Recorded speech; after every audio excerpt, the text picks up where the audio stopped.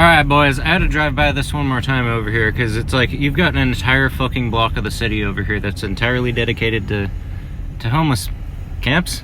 It's tent city.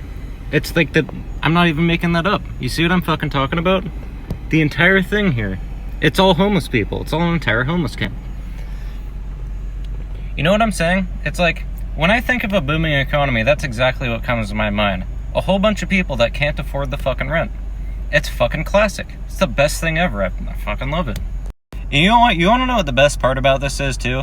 This is all in the U District, which I believe the whole thing is a college campus. I mean, there's certainly a whole lot of college kids around me.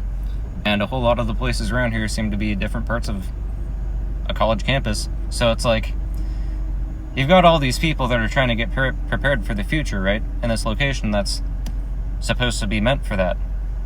And then on top of that, they're all homeless. There's an entire section of a college campus for people that don't have a home, apparently. That have to live in tents. I know, pretty intense, right? Fuck. Riveting. Now come on, take a ride with me here real quick. We're just gonna take a little stroll through Seattle. North Seattle anyways. This isn't even fucking downtown, which is even worse than this. But let's just check out what we got going on over here.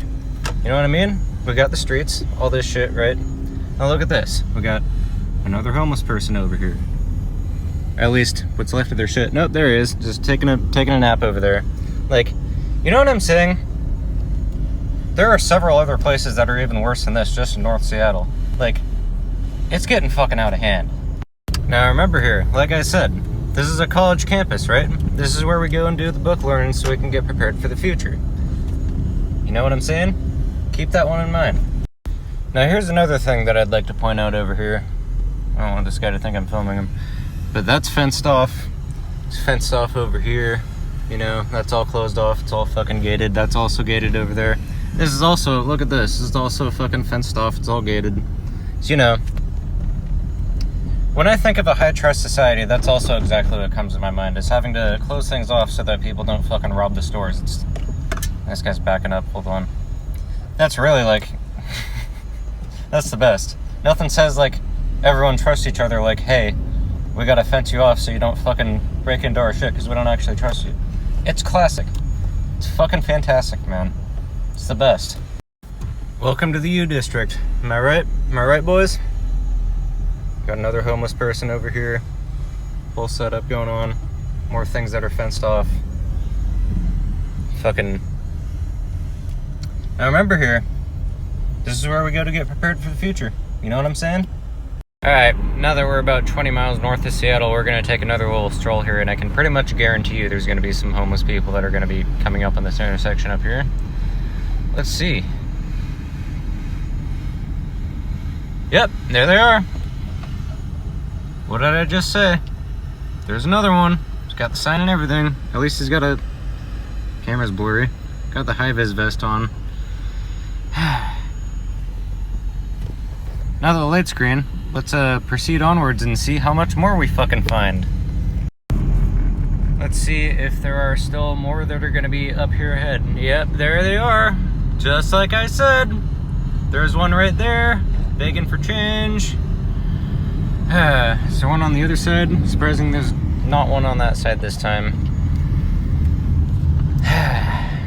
Let's proceed onward and see what else we fucking find here. Now let's go pull into the gas station over here because I gotta fuel up. Let's see how many more we find over here because there's typically a bunch of that hang out over here too. We'll go and pull around a little. Just take a look.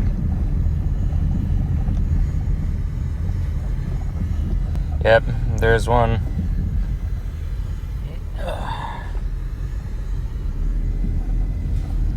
Looks like there's another one. Dropping the goods off, I guess. Speaking of the homeless thing here, let's take a look in the mirror. You see all that? You see all those extra people that showed up? There's more and more of them. So now, let's get deep about this here real quick, right? Let's think about this. Take a step back and think about why in the shit this might be happening. So, a lot of corporate landlords, they use a program called Yardi, right? There's another one that they use that does a similar thing. I forgot what the name of that was. But a lot of them use Yardi. I have family that works in real estate. Ask me how I know.